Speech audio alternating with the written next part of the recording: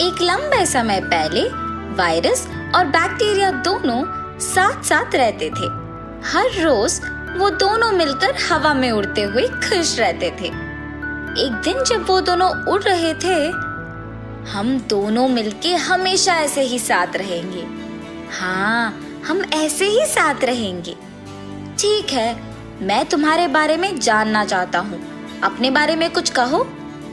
अच्छा, मैं जो जो कर सकता हूँ वो बताऊंगा। मेरे खाने के चीजों में घुसने के कारण खाने में बू आने लगता है और खाना खराब हो जाने के कारण कोई उसे नहीं खा सकता है। तुम सिर्फ लोगों के खाने में घुसकर उन्हें वो खाने से रोक सकते हो, पर मैं मनुष्य के शरीर में प्रवेश करके उन्हें मार सकता हूँ। ये पता है तुम्हें? क्या तुम मनुष्य को जीने से ही रोक सकते हो? अपने आप के बारे में क्या सोचते हो तुम? तुम्हें लगता है कि कोई तुम्हारा कुछ नहीं बिगाड़ सकता है? तुम इसीलिए ऐसे बात कर रहे हो क्योंकि तुम जानते नहीं हो कि मैं क्या क्या कर सकता हूँ। तुम मेरे साथ आओ, मैं दिखा दूंगा कि मैं क्या क्या कर सकता हूँ। ऐसे वायरस बैक्टीरिया को उसके साथ एक गांव के सरहद तक ले जाता है। हम यहाँ क्यों आए हैं? तुम्हारे आंखों के सामने मैं दिखाता हूँ कि मैं क्या क्या कर सकता हूँ। इस गांव के वासी देखो कैसे तड़पेंगे। ऐसे कह के गांव के अंदर जाता है। वायरस वहाँ एक होटल में एक आदमी को मांस खाते हुए देखता है। मैं उस मांस के अंदर घुस जाऊंगा। ऐसे सोचकर वायरस उस आदमी के मांस में घुस जाता है।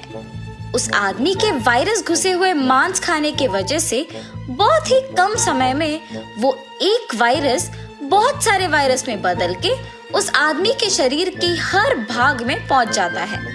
कुछ दिन बाद वायरस का प्रभाव बहुत ज्यादा होने के कारण उस आदमी को खांसी और तेज बुखार होता है, लेकिन वो सोचता है कि कोई साधारण बुखार है और इसीलिए उसके पास मौजूद दवाई खा के अपने दोस्तों से मिलने जाता है। ए राहुल, क्या हुआ? तुम्हारा सेहत ठीक नहीं है? हाँ यार, बुखार है मुझे। अरे रे, हॉस्पिटल जाके जांच करवाया? नहीं यार, साधारण बुखार ही तो है, बस मेरे घर पे मौजूद दवाइयाँ ले रहा हूँ। ऐसे बात करते हुए खांसते रहता है। उसके खांसने के दौरान बूंद उसके दोस्तों पे गिरते हैं। यार, तुम्हारा हालत तो बिगड़ रहा है। मुझे लगता है कि तुम्हें जरूर अस्पताल जाके जांच करवाना ही होगा। ठीक है किरण। ये कह के लगातार खांसने के कारण घर चला जाता है। बहुत दिन गुजर जाने के बाद भी उसका बुखार कम ना होने के कारण अस्पताल जाता है। राहुल के ही तरह उसके दोस्तों को भी खांसी और बुखार आ जाता है। ये क्या, मुझे अचानक खांसी आ गया और बुखार भी। ऐसे सोच के अपने दोस्त कमल के पास जाता है। कमल, कैसे हो तुम? यार, लगातार खांस रहा हूँ और तेज बुखार हो गया है। क्या तुम्हारा भी यही हाल है? मतलब क्या तुम्हें भी यही हुआ है? हाँ, सबसे पहले तो राहुल को ऐसे हुआ ना। उसका सेहत ठीक है क्या? अरे, राहुल तो अस्पताल से वापस ही नहीं लौटा। क्या इतने दिन तक वापस नहीं आया? हम अस्पताल जाकर अभी पता करते हैं कि उसे क्या हुआ और एक के बाद एक को ऐसे खांसी और बुखार क्यों आ रहा है। हाँ, चलो जाके पता करेंगे। ऐसे वो दोनों अस्पताल के लिए निकल पड़ते हैं और अपने दोस्त को मिलते हैं। उन दोनों का अस्पताल आना देख डॉक्टर उनके पास जाकर पूछता है, आप इस आदमी के क्या लगते हैं? डॉक्टर, ये हमारा दोस्त है। आप इसे सिर्फ बुखार के लिए इतने दिन अस्पताल में क्यों रखे हैं? आपके दोस्त को साधारण खांसी और बुखार नहीं हुआ है। उसके शरीर में भयानक कोरोना वायरस प्रवेश कर चुका है। उसी कारण इसका सेहत इतना बिगड़ गया है। अगर इसे फैलने से नहीं रोक पाए तो ये सबको फैल जाएगा। इतना ही नहीं, इस मुसीबत का अब तक कोई हल या दवाई नहीं है।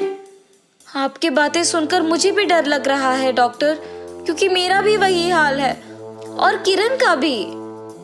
ये सुनने के बाद डॉक्टर को उन दोनों पे भी शक आता है और उनका जांच करने पर पता चलता है कि उन दोनों के शरीर में भी कोरोना वायरस फैल चुका है। तुरंत डॉक्टर उन दोनों को आइसोलेशन में रखते हैं।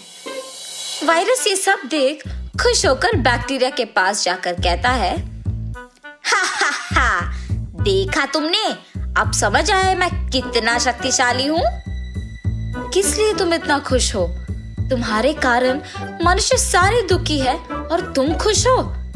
देखना एक दिन आएगा जब मनुष्य तुम्हें मिटाकर खुश रहेंगे। मेरी खुशी बस तुमसे देखा नहीं जा रहा है। मुझे मिटाना तो किसी की बस का बात नहीं है। हा हा हा। ऐसे वायरस जोर से हंसता है।